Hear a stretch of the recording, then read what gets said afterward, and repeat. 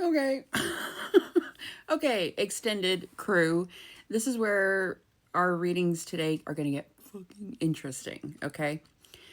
We have the Emperor, we have the Ten of Cups, the Six of Wands, and the World here, all right? Overall energy, we got the Empress and the Six of Swords, Advice is the Two of Swords and the Page of Cups. And what we don't see coming is wild. So we have the Star, Aquarius energy. Then we get Queen of Swords, Knight of Cups, Ace of Cups, most romantic card in the deck, Four of Wands, the Twin Flame card, Three of Swords. So we got a little bit of pain there. And then we have the Sun, Leo energy, Hierophant, Taurus. Then we have the Page of Wands and the King of Swords. So not only do we have a true pair with Emperor, Empress, we also pretty much start and end the reading with the Queen and King of Swords. No other queens, no other kings. That's wild. Okay, so there's that.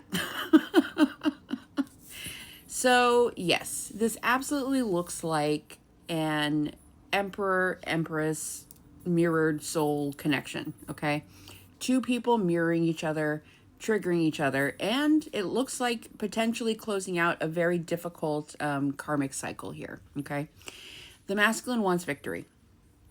They want the relationship, they want the happy ending, and they want the chance to prove that they can finally show up properly. But remember, wanting to be the emperor and actually behaving like one are two very different things, okay? The road to hell is paved with good intentions, right? Excuse me. So, your advice is the Two of Swords and the Page of Cups here, okay?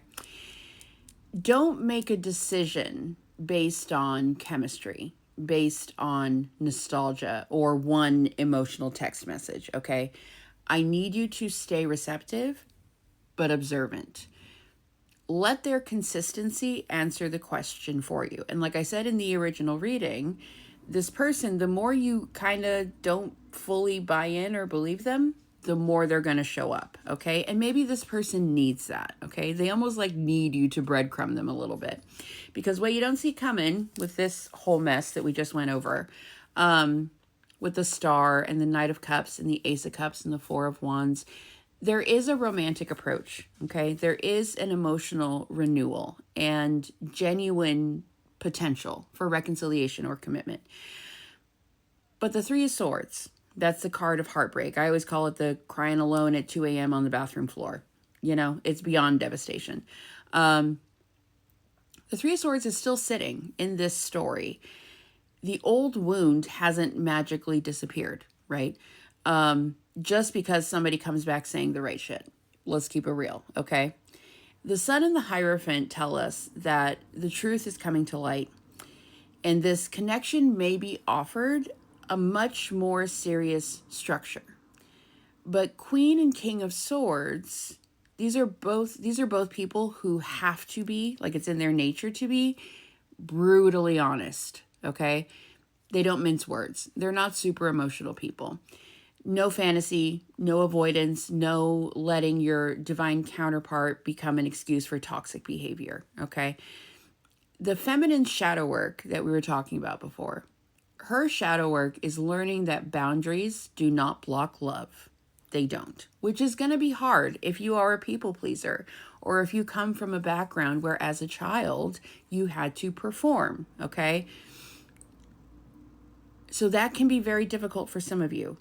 But I want you to really, really take this home, okay? Boundaries do not block love. They reveal whether the love is real or conditional, okay? So even though it might feel scary to set a boundary with someone like, hey, I don't like it when you talk to me like that, or hey, I don't like it when you leave me on red for 2 days, those sorts of things, okay? Your nervous system is not going to want you to do that because of past behavior. Our brain says it's not safe to set a boundary. It's not safe to ask for what we need. You know, they're going to leave, they're going to leave, they're going to leave, they're going to abandon you, that sort of thing. So we got to kind of hijack that here, okay, if you want your love life to change. So,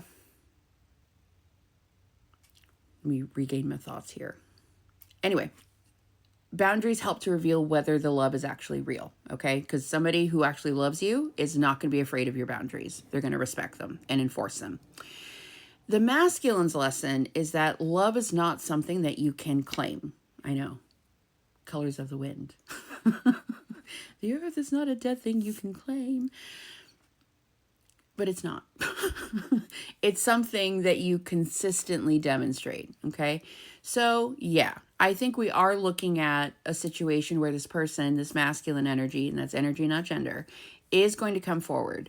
Yes, they may also be very serious this time.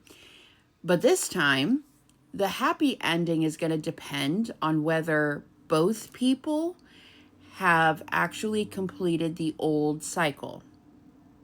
It's both of y'all, okay?